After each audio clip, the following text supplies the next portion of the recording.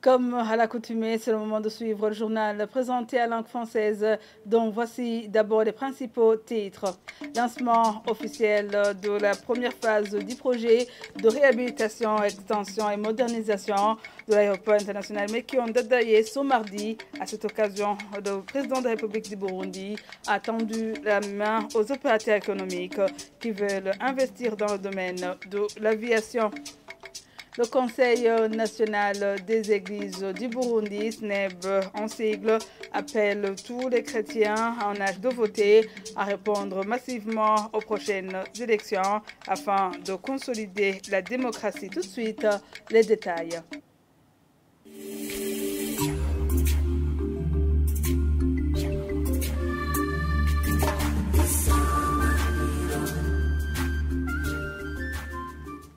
Bienvenue encore une fois. Le chef de l'État, Évariste Ndayishimiye, appelle le personnel œuvrant à l'aéroport international Mekion Dadaye de se ressaisir pour bien travailler afin d'éviter les grognes des voyageurs. Lors du lancement officiel de la première phase du projet de réhabilitation, d'extension et modernisation de l'aéroport international Mekion Dadaye, ce mardi, il a tendu la main aux opérateurs économiques qui veulent investir dans le domaine de l'aviation. Cette première phase du projet de réhabilitation, d'extension et de modernisation de l'aéroport international Mekion Dadaye consistera à la réhabilitation de l'aire de mouvement des avions constituée par la piste, les voies de circulation et les parkings des avions. Elle comprendra également la construction d'une nouvelle tour de contrôle dotée d'équipements et de technologies modernes. En plus de cela, le gouvernement de la République du Burundi reste engagé à la recherche des fonds pour la deuxième phase du projet de modernisation et d'extension de l'aéroport international Mekion Dadaye, dont les composantes sont entre autres la construction et équipement d'un nouveau terminal passager moderne, la construction d'une voie de sortie rapide de piste ainsi que d'une voie de circulation parallèle à la piste et l'extension des parkings pour les avions et les véhicules. Je signalerai également qu'en plus de l'aéroport international Mekion Dadaye, le gouvernement du Burundi a déjà initié des études de faisabilité économique de la création d'un nouvel aéroport international en commune de Bugendana, province de Gitega, capitale politique du Burundi. D'où, dans le cadre de partenariats publics et privés, j'invite les investisseurs qui le désirent à se joindre à nous dans ce vaste chantier afin de doter du Burundi des infrastructures aéroportuaires répondant aux normes standards de sûreté et de sécurité de l'Organisation internationale de l'aviation civile. Permettez-moi enfin de souligner qu'un aéroport international moderne n'est pas seulement une porte d'entrée pour les visiteurs, les investisseurs et les partenaires, il est aussi un moteur de développement économique. Il présente des avantages comparatifs en termes d'échanges commerciaux, des biens et des services et renforce aussi les mouvements des personnes, surtout les touristes.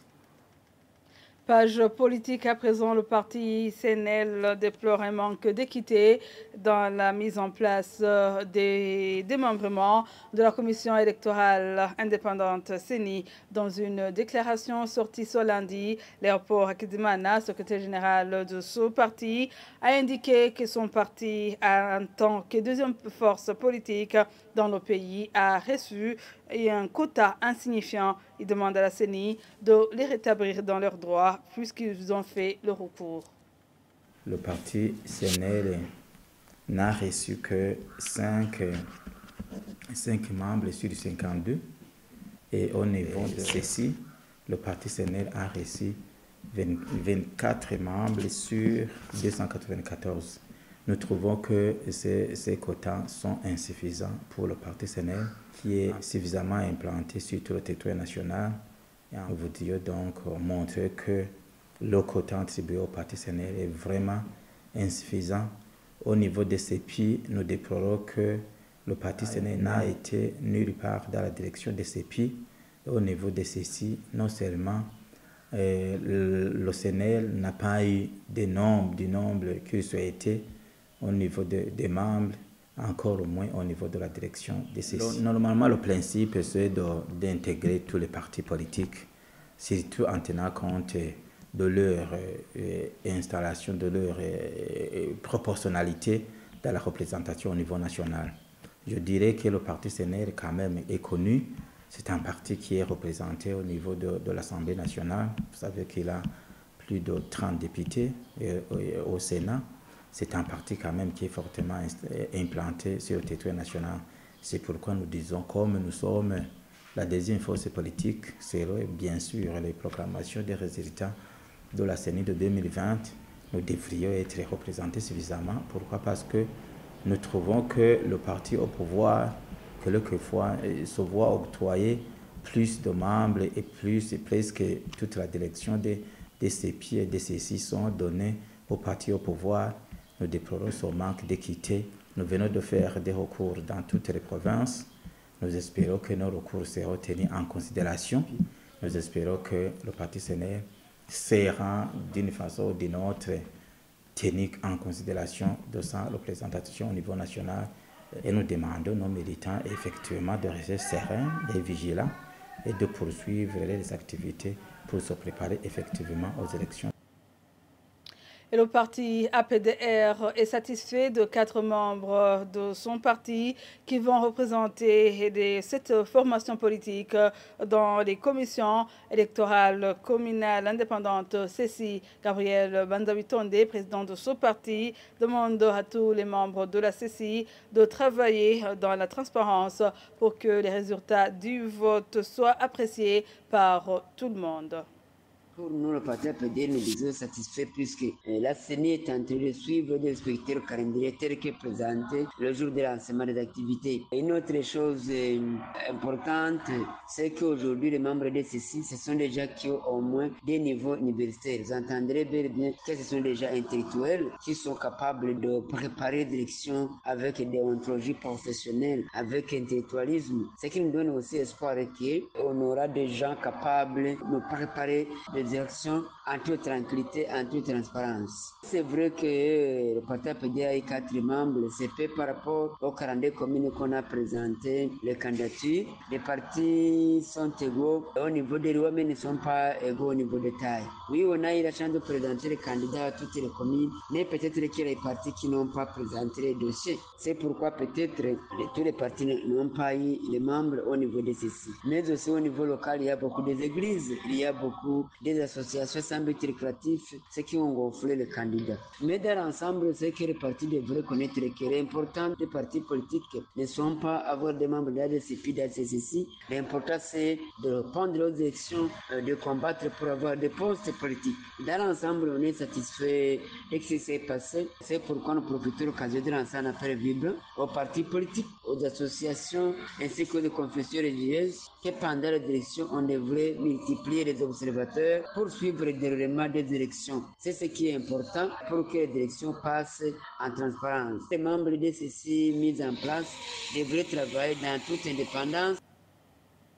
Et le Conseil national des églises du Burundi, SNEB en sigle, appelle tous les chrétiens en âge de voter à répondre massivement aux prochaines échéances électorales et aux femmes et aux battoirs de se faire élire. Le secrétaire général de ce conseil appelle les Burundais dans leurs différences à participer aux élections en toute tranquillité. Suivez plutôt révérend pasteur Sylvestre Widiman. J'appelle à tous les Burundais, aux chrétiens membres du SNEB en particulier, à se faire enrôler et à aller élire leurs propres dirigeants de demain au niveau des élections communales et au niveau des élections législatives. Il est vrai, nous avons des opinions différentes, mais Dieu aime la différence, il a créé les individus dans la différence. Il faut respecter chacun avec ses opinions.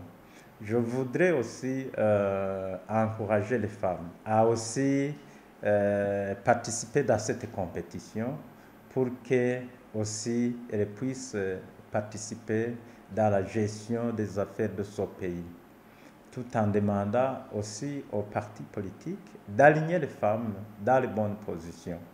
Je voudrais également souligner le fait que l'ethnie Batwa a été victime de ce qui s'est passé dans le pays, où le Hutu et le Tutsi l'ont vraiment maltraité de telle sorte que aujourd'hui, même hier, une personne de la famille Batwa, quand vous l'invitez à partager le repas ensemble, elle les refuse. Ils ont accepté cette façon de vivre, mais je voudrais demander aux Hutus et aux Tutsis de s'approcher d'eux et aussi de les aligner sur les listes.